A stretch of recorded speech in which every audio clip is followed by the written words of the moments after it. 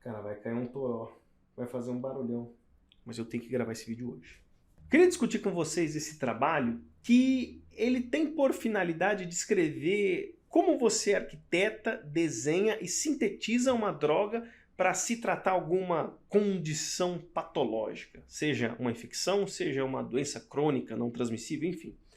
Existem várias técnicas para você poder estar utilizando para desenvolver uma nova droga, só que esse artigo ele traz para nós mais ou menos a estrutura, o arquétipo geral de como esses trabalhos são desenvolvidos. Claramente, quem trabalha na prática clínica diária não tem contato com esse tipo de estudo, até mesmo porque ele é um estudo muito direcionado e muito específico para quem trabalha com síntese e desenvolvimento de novas drogas. E, obviamente, para esse estudo você tem que ter um conhecimento apreciável de química orgânica, de síntese orgânica e também de docagem e interação com macromoléculas. Normalmente são proteínas. Eu não sou grandes especialistas nessas áreas, né, de química orgânica, síntese orgânica e docagem. Mas o pouco que eu sei vai dar um certo suporte para nós para entender esse tipo de trabalho para quem deseja trabalhar com isso no desenvolvimento de novas drogas. Então esse é um artigo que ele fala do desenho da síntese e a avaliação in vitro de inibidores covalentes contra uma protease do SARS-CoV-2. Ele coloca aqui o nome dessa protease, né, que é o 3CL-Pro, que é a quimiotripsina, é uma enzima parecida com a quimiotripsina, mas a gente vai falar disso um pouquinho melhor, tá? Então, assim, eu não vou ficar descrevendo os detalhes do artigo, tá? Eu vou deixar aqui no descritivo do vídeo para quem quiser ler, para entender um pouco melhor. Eu vou pegar só alguns pontos que são importantes para nós, para entender a logística da confecção de um trabalho relacionado à produção de novas drogas, tá bom? Então vamos lá. Então aqui ele fala um pouquinho dos coronavírus, quando surgiu, as primeiras condições de impacto mundial, que foi lá em 2002, 2003 com o MERS, né? E aí as novas cepas foram surgindo, aí teve a pandemia, enfim. Ele vai traçando esse contexto, pra gente não importa aqui para esse vídeo, tá? Em relação à Covid, mas pra gente o que importa é a questão da síntese. E na construção do texto, narrativa, ele fala de um aspecto mais amplo, que é o alvo dele.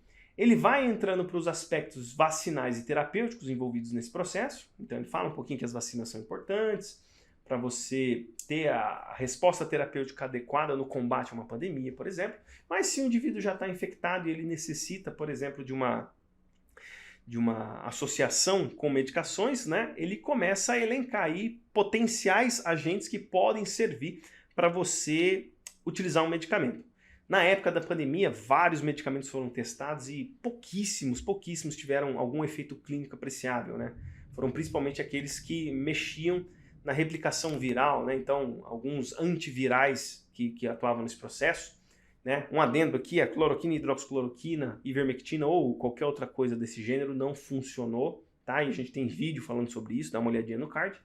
Então ele começa a elencar aqui alguns candidatos para se utilizar alguns inibidores, tá? Em especial, para o coronavírus, ele elenca aqui, né, uma enzima, que é uma quimiotripsina, né, uma quimiotripsina-like, ela é parecida com a quimiotripsina, mas não é, mas ela faz um papel semelhante. Para quem não conhece, a quimiotripsina é uma enzima digestiva que tem por finalidade degradar proteínas, tá? Então é uma enzima que degrada proteínas, é uma protease, certo?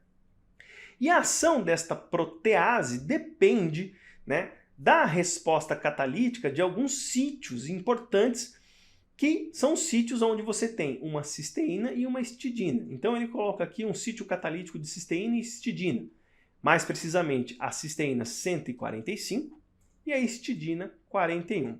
Tá? Se você não sabe do que eu estou falando, é importante você entender um pouco de bioquímica, né, sobre o que é o primeiro aminoácido, qual que é o segundo, terceiro, quarto e quinto. Eu não vou ficar explicando isso aqui, porque senão o vídeo vai ficar enorme. Então, eu já estou assumindo que você já sabe a ordem, por exemplo, de aminoácidos de uma proteína. Ali, a cisteína 145 é o 145º aminoácido dessa proteína, e a histidina 41 é o 41º. Tá, muito bem. Então, eles identificaram, a partir de alguns estudos, que existe um sítio com esses dois aminoácidos aqui, tá? E aí, o que eles falam, né? Para bloquear a atividade dessa enzima, como nós estamos falando de sítio ativo, ou seja, é onde a mágica da transformação mediada pela enzima vai acontecer, se eu colocar um inibidor ali, eu não deixo que aquilo que eu gostaria que entrasse ali entre, então eu restringo a atividade dessa enzima, e aí, por ser uma enzima importante para as funções biológicas do coronavírus, ele acaba morrendo ou interrompendo as suas atividades aqui, tá? E ele coloca ali, né, uma coisa interessante, que no desenvolvimento de novas drogas, de novos medicamentos, você deposita em um banco de dados a estrutura da proteína que você está analisando, juntamente com o inibidor que você coloca junto com ela. É possível você tirar uma foto, por assim dizer, da proteína ligada com o inibidor. Essa foto ela é feita a partir de cristalografia de raio-x. É uma técnica bem complicada. Eu vou deixar aqui no cardzinho um videozinho para quem quiser entender um pouquinho mais sobre esse assunto, tá? É um videozinho que eu achei na internet, achei muito legal. Mas ele consegue fazer isso, né? É possível fazer isso. E quando você descreve esse método, você deposita uma sequência, né, de interação da proteína com esse inibidor. Então ele coloca aqui os códigos do Protein Data Bank, PDB. Isso você mesmo pode ir lá conferir. Ó. Vou pegar esse aqui, ó, 4TWY. Vamos copiar isso aqui e vamos acessar aqui o site do PDB, que é o Protein Data Bank, que é esse aqui, ó, rcsb.org. Se você digitar lá no Google PDB, ele já vai achar imediatamente. Quando você entrar nesse site e coloca aqui o código lá da cristalografia, ele vai encontrar aqui justamente o que ele estava falando, né? A estrutura dessa quimiotripsina-like, né? O complexo, né, fenilbenzoil com o inibidor. Então a gente vai abrir ele aqui. Quando você abre, você já vai ter a estrutura aqui no seu canto esquerdo. E aí você pode analisar, por exemplo, em 3D, essa estrutura da proteína e a interação dele com o inibidor. Olha só que coisa interessante aqui, ó. Vamos colocar aqui, ó. Na verdade, esse aqui, você analisa ele mais em 3D e tal. E aqui, se você avançar, ó, você percebe o seguinte, ó. Cada pedacinho aqui corresponde a uma estrutura da proteína. Então ele fala aqui, ó. Esse pedacinho que eu selecionei, isso aqui é uma ASN, eu agora não lembro qual que é a ASN, acho que é asparagina. Asparagina? ASN? ASN, aminoácido. Qual que é o ASN? ASN. É asparagina, é isso aí, asparagina aqui, ó. A ASN é uma asparagina. Hey! Então vamos lá. Então você tem aqui a asparagina, no caso em questão, a asparagina aqui que eu estou analisando é a asparagina 142, ou seja, ela é o 142º aminoácido dessa proteína. E você vê que tem uma estrutura diferente aqui, ó, se eu aproximar um pouco mais, que é meio ruim aqui de achar.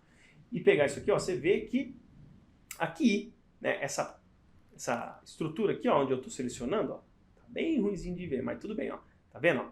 Aparece um nome mó cabuloso ali embaixo, ali, ó, que você vê ali, ó. 2S2, 3S4AR, 8S, 2-bifenil, 4-il, carbonil, decaidrosinoquinolin, 3-metilamino, imidazol, propanol. Nem sei se é isso que tá falando. E aí você percebe também que essa molécula aqui em questão, ela tá interagindo com uma cisteína. Tá vendo ali, ó, no cantinho direito? Cisteína 145, que é justamente o que ele falou aqui, né, do sítio catalítico da enzima em questão. Então, se você interage ali com aquela região, automaticamente essa região ela vai corresponder para você o sítio catalítico da enzima. Muito bem. E aqui ele fala aqui do inibidor, né, o rupintrivir, né, que foi desenvolvendo para tratar rinovírus e tal. E ele começa a falar dos inibidores de caráter covalente. O que seria isso? Veja bem, quando a gente está trabalhando com inibição de enzimas, nós podemos ter dois tipos de inibição, que é a inibição não covalente, certo? Onde você apenas encaixa no sítio ativo ali da enzima, né, no sítio catalítico que seja, porém você não faz ligações de caráter de compartilhamento de elétrons. Então você não faz uma ligação covalente com os aminoácidos da enzima. Obviamente, por o fato do inibidor entrar nessa região de maneira a ter as interações não covalentes apenas segurando ele naquele local, se eu começar a aumentar, por exemplo, a concentração do substrato que vai entrar nessa enzima, eu consigo deslocar com muita facilidade esse inibidor. Obviamente, né, muita facilidade é meio forçado, mas se ele tiver grande afinidade, mas eu aumentar muito a concentração do substrato, Por lei de ação das massas, ele tira o inibidor dali e começa a fazer o seu efeito. Quando você tem um inibidor covalente, a ligação covalente cria um caráter de irreversibilidade da ligação do seu agente em questão com a sua proteína. Logo, ele não sai, mesmo que você coloque uma tonelada de substrato, porque ele está preso ali dentro. Logo, essa enzima ela fica comprometida em relação à sua função. E, obviamente, ele tem o seu valor terapêutico, porque quando você inibe covalentemente uma enzima, você inativa aquela enzima para todo sempre. Então, ou seja, para você ter funções novas, aquele organismo precisa sintetizar novamente aquela enzima, porque a ligação covalente inibe ela de maneira irreversível. A não ser que você tenha mecanismos de catálise com outros agentes ali para mexer numa condição alostérica da proteína, enfim. Mas, de modo geral, as ligações covalentes elas têm um caráter irreversível. Então, por uma estratégia, eles começaram a analisar algumas estruturas que, por sua vez, desencadeiam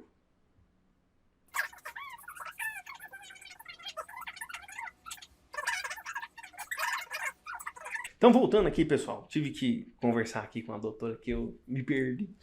Mas vamos lá, então você tem essa questão covalente que ela é de caráter irreversível e, terapeuticamente falando, você tem um êxito terapêutico maior em bloquear algumas atividades. Obviamente ele pode inibir covalentemente outras estruturas do corpo e aí a gente já entra no estudo clínico e isso já dá um certo trabalho a mais. Mas enfim, essa é a ideia dele.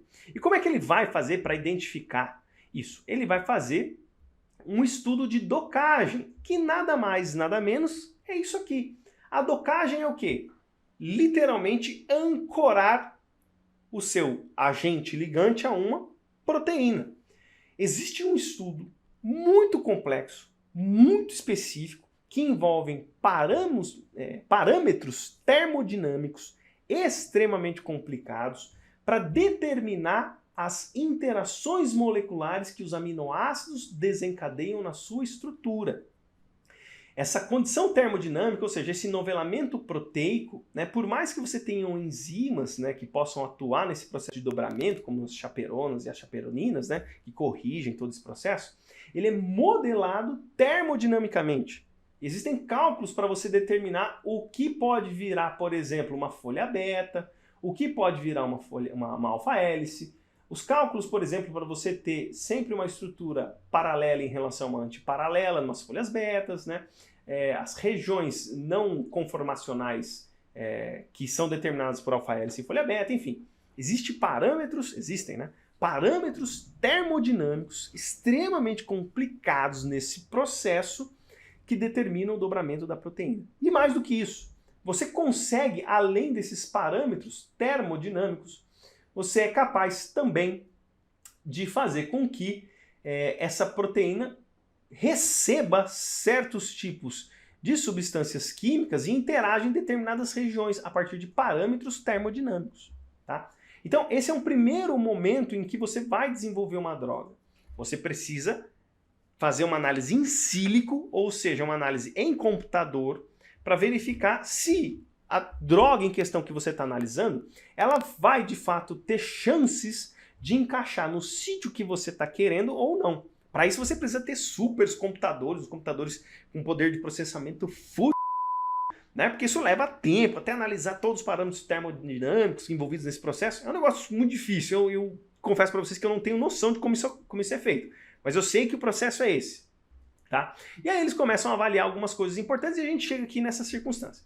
Ele mostra que alguns inibidores, né, as estruturas químicas desses inibidores, que são substâncias orgânicas, ele mostra que a composição, né, da estrutura química, você percebe que aqui, ó, só para a gente ter uma leve noção, se eu pegar essa região que eu estou selecionando, se você analisar, você tem aqui, por exemplo, um carbono com uma carbonila, um grupamento amina formando uma amida. Em seguida, um carbono, depois outro carbono com uma carbonila e um nitrogênio formando uma amida.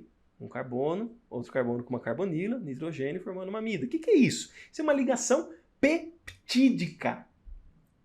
Tá? A ligação peptídica é a ligação que é feita entre os aminoácidos. Claramente o que a gente está observando aqui, né, não são aminoácidos naturais. Eles são aminoácidos com modificações. Por que isso?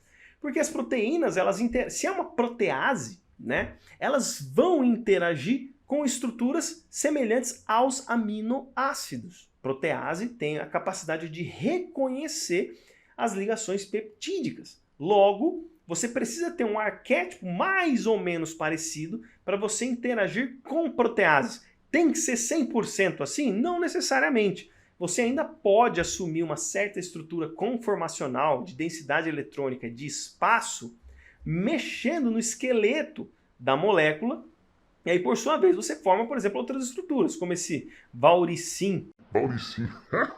Bauricim B. Que não é bem, não tem cara de aminoácido aqui, né? Mas, por conta da sua composição, ele pode sim interagir com o sítio em questão que você está analisando. A grande questão, né, é que a eficiência de inibição dele pode ser maior, pode ser menor, dependendo das circunstâncias. No caso aqui, ele tem um poder de inibição muito grande. Começou a chuva, cara, vai fazer um barulhão e vamos gravar mesmo assim. Beleza, então aqui ele coloca alguns candidatos que já foram descritos anteriormente, tá? E a gente vai analisar esse C50 e C50 daqui a pouquinho, quando a gente mostrar uma coisinha aqui, ó. Outra coisa importante, olha lá, ó. Ele mostra aqui, ó, nessa figura, né, utilizando um inibidor que não faz uma inibição de caráter covalente. Então esse aqui é um inibidor de caráter reversível, que encaixa aqui no sítio ativo da enzima, tá? E você tem a representação dos aminoácidos da enzima e a interação dessa substância com os aminoácidos da enzima numa estrutura tridimensional. E você percebe que ele nota aqui, né? Ele faz uma demonstração que existe uma interação não covalente aqui, dessa cisteína aqui, 145, com esse grupamento aqui. Provavelmente é a estrutura imidazólica aqui. É isso aí, essa estrutura aqui, certo? E aí ele vai discorrendo todo o processo de modificação química para caracterizar, por exemplo, uma inibição de caráter covalente, tá bom? E aí ele começa a desenhar, né, possíveis substitutos para uma estrutura, uma droga em questão, né? Ele vai elencando os possíveis candidatos e ele chega num candidato aqui em questão, né? 2 em especial, né? Para você fazer modificações químicas nesses candidatos. Então você tem um candidato aqui, que é essa substância que você está observando, e ele tem um Rzinho em azul aqui, ó, tá vendo? O que é esse Rzinho aqui em azul? São essas estruturas demonstradas em azul aqui, ó. Você tem o composto original, que ele pegou como base, que é o X77, tudo isso tem depositado em banco de dados específico, e foi fazendo modificações químicas nesse composto aqui, foi nomeando eles. Essa modificação é a 4A, essa modificação é a 5A, e assim por diante. E aí, de acordo com cada tipo de modificação que é feita, ele vai analisar o poder inibitório deste componente em questão. Ele vai analisar a afinidade e a concentração inibitória para você chegar no EC50, que a gente vai ver já já, tá? Mais um outro detalhe aqui. Bom, já que ele está procurando inibidores de caráter covalente, o que ele precisa fazer? Ele precisa ter certeza que esse inibidor em questão ele tem a capacidade de se enquadrar no sítio ativo que ele está propondo, tá? Olha a chuva, meu irmão! Eita! Então ele tem que se enquadrar nesse sítio ativo, e esse enquadramento você pode utilizar como base os inibidores que já chegaram até essa região e analisar de maneira geométrica, de maneira espacial, se esse inibidor que você está querendo analisar ocupa o sítio da mesma forma e, né, se enquadra nos espaços de maneira semelhantes. Então ele analisa aqui, né, um inibidor não covalente, que está em cinza escuro, que é esse cinzinho aqui, e ele faz uma análise em conjunta com o inibidor covalente, que é a molécula em rosa e azul. Então é o cinza escuro e azulzinho e o rosa. Você percebe que eles interagem aqui com o sítio ativo de maneira muito semelhante, certo? Muito semelhante. E aí, você tem vários modelos aqui de interação, o que pode demonstrar o seguinte, que as modificações que ele está propondo, né, na substância em questão, você consegue ainda assim encaixar no sítio ativo, só que, dessa vez, ao invés de você fazer uma inibição reversível, né, que é o cinza, você gera uma inibição irreversível, que é a molécula em rosa, tá bom? Beleza, e aqui ele já começa, né, fazer as rotas de síntese das substâncias em questão. Nessa primeira figura, ele pega o arquétipo genérico das substâncias que ele está analisando. Você vê que forma aqui uma ligação peptídica entre alguns, né? E você tem 4 possíveis substituintes moleculares nestas regiões. Esses 4 possíveis substituintes moleculares vão ser testados para avaliar e chegar na substância com o melhor potencial inibitório, com a maior potência. Obviamente, nem sempre a substância com a maior potência e o melhor potencial inibitório é a substância que vai ser utilizada para finalidade terapêutica, que consegue seguir adiante nos estudos clínicos, né? Tem fase clínica. Por quê? Porque pode ser que uma substância, por mais potente que ela seja, ela pode ser muito tóxica. Se ela tiver esse poder muito tóxico, por mais que ela iniba com muita eficiência atividade viral, por mais que ela seja extremamente potente, onde você usa uma dose muito pequena, se ela tiver um potencial tóxico, ela é descartada no desenvolvimento da droga, tá bom? E aqui ele vai colocando os substratos também, né, os componentes para fazer essa síntese. Ele dá o nome dos das substâncias, né? São uns nomes cabulosos aqui, né? A peridina carboxaldeído, ciclohexidil isocianidro, né? E aí ele mostra as eficiências das reações. Então, por exemplo, para sintetizar o composto 4A, fazer a modificação 4A que a gente viu lá em cima, utilizando a rota de síntese que ele descreve, no fim das contas você vai ter uma eficiência de 76%. Significa que na rota de síntese dessa substância você não consegue ter 100% de aproveitamento. Você vai gerar resíduo. Tá? O 6A, menos ainda, você tem uma eficiência muito mais baixa. E assim, cada um tem as suas condições de eficiência. Por que a eficiência é importante?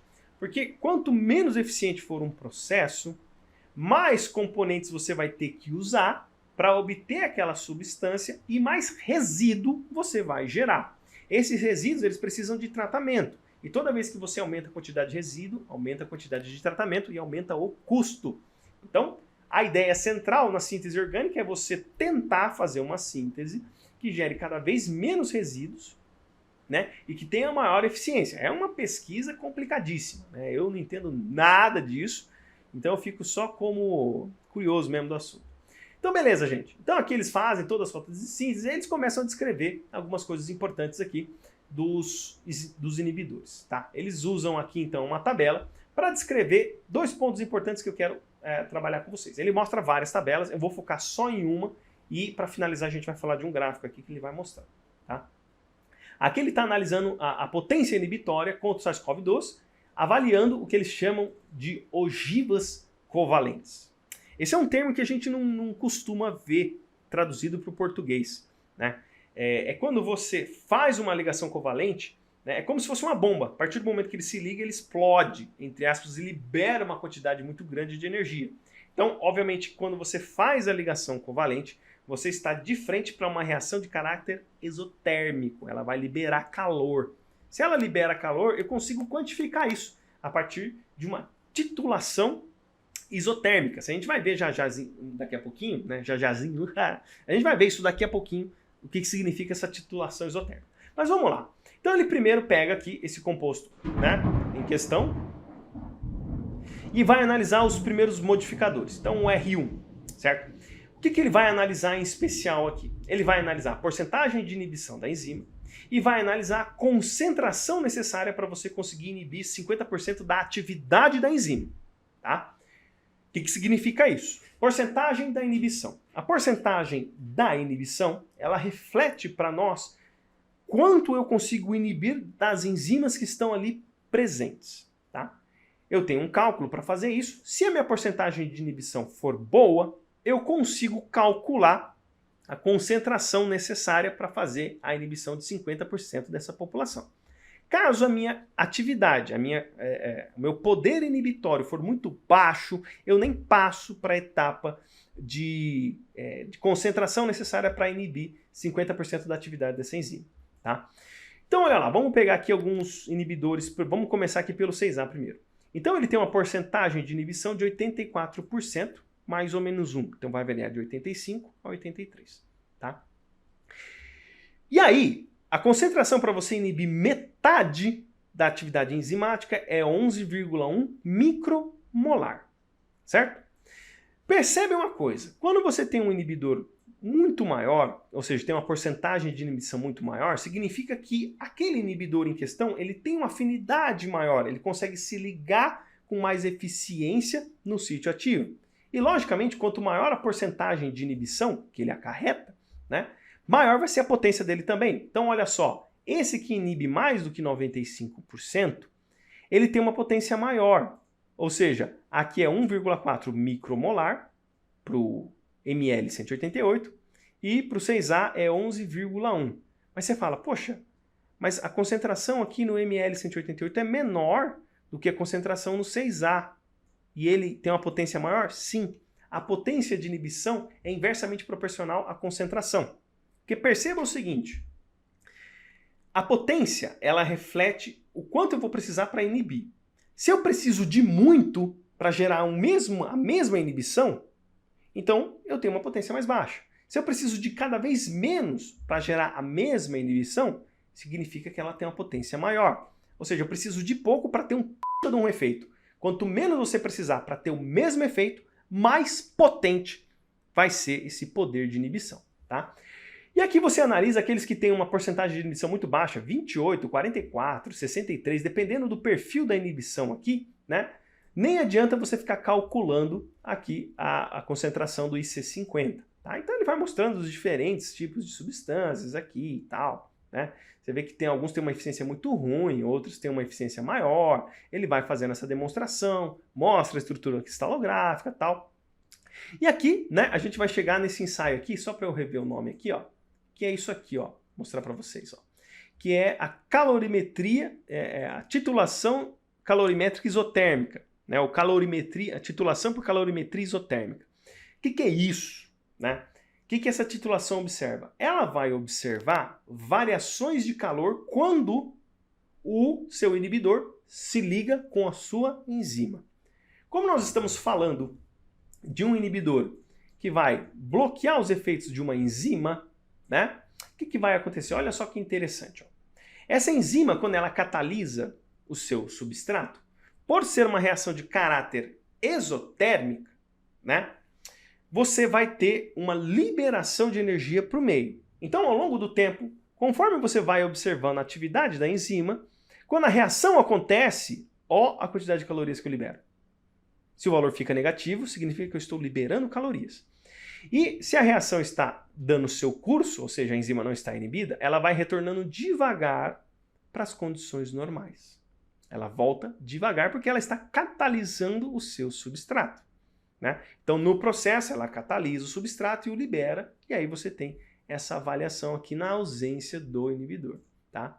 Quando você coloca um inibidor, e aqui a gente tem vários aqui, estruturas de inibidores, o inibidor ele vai se ligar com a enzima, então nesse ponto do que ele se liga com a enzima, ele ainda vai liberar calor, porque é uma reação de caráter exotérmico. Porém, como a enzima não vai promover a sua resposta catalítica, o retorno para as condições basais é muito mais rápida. Então, quanto mais potente um inibidor for, mais rápido ele volta para as suas condições normais. Então você vê que na presença do inibidor, aqui, ele tende a voltar um pouco mais rápido. Né? No caso, com esse inibidor que você tem aqui, uma carbonila com um aleto orgânico, né? Ele volta um pouquinho mais rápido do que sem nada, né? Ele tem uma subidinha um pouco maior. Né? Quando você coloca o inibidor, ele já melhora um pouco mais, e quando você acopla duas modificações, ele já tem um poder de inibição ainda maior. Tá? Então, essa análise é para você ver de fato que a atividade da enzima está sendo suprimida. Tá? E aqui ele continua, né? Mostrando outros tipos de modificações nos seus inibidores, e ele fixa um ou outro e começa a analisar essas diferenças, tal, até ele chegar nos candidatos finais lá para ele demonstrar que esse inibidor tem uma grande potência, tá? E só para a gente encerrar esse artigo aqui, como ele é um artigo que mostra diversas moléculas orgânicas diferentes, ele tem que descrever para os leitores desse artigo que pretendem testar essas moléculas e saber se essas moléculas de fato são o que são, eles têm que descrever o processo de síntese. Tá? Então aqui, por exemplo, a síntese do N-ciclohexil 2-piridin 3-il 2-p tolinaminoacetamida. Os nomes inorgânicos, eles são assim, para batizar o cachorrinho ou o gatinho que você adotou, cara. É uma coisa linda. Eles descrevem o processo de síntese e quando você termina de sintetizar, você precisa saber se aquela substância é aquilo que eu estou procurando. Então ele usa métodos de identificação de parâmetros de análise molecular. No caso aqui, ele está usando a ressonância magnética, por exemplo, do hidrogênio, né? Então ele dá os parâmetros, né, da ressonância magnética do hidrogênio, que são esses daqui, por exemplo, dessa substância. Então quando você faz a experimentação com ressonância magnética nuclear do hidrogênio da molécula, você vai obter estes parâmetros. Obviamente, só um tipo de ressonância ela não é o suficiente, você parte, por exemplo, para outra ressonância, que é a ressonância magnética utilizando o carbono 13, que é o carbono, né, é um carbono radioativo, né, que ele é um isótopo, na verdade, do carbono 12, né? Então, ele tem alguns outros parâmetros que você pode utilizar também, tá certo? E aí você pode validar também por espectrometria de massas, enfim, tá?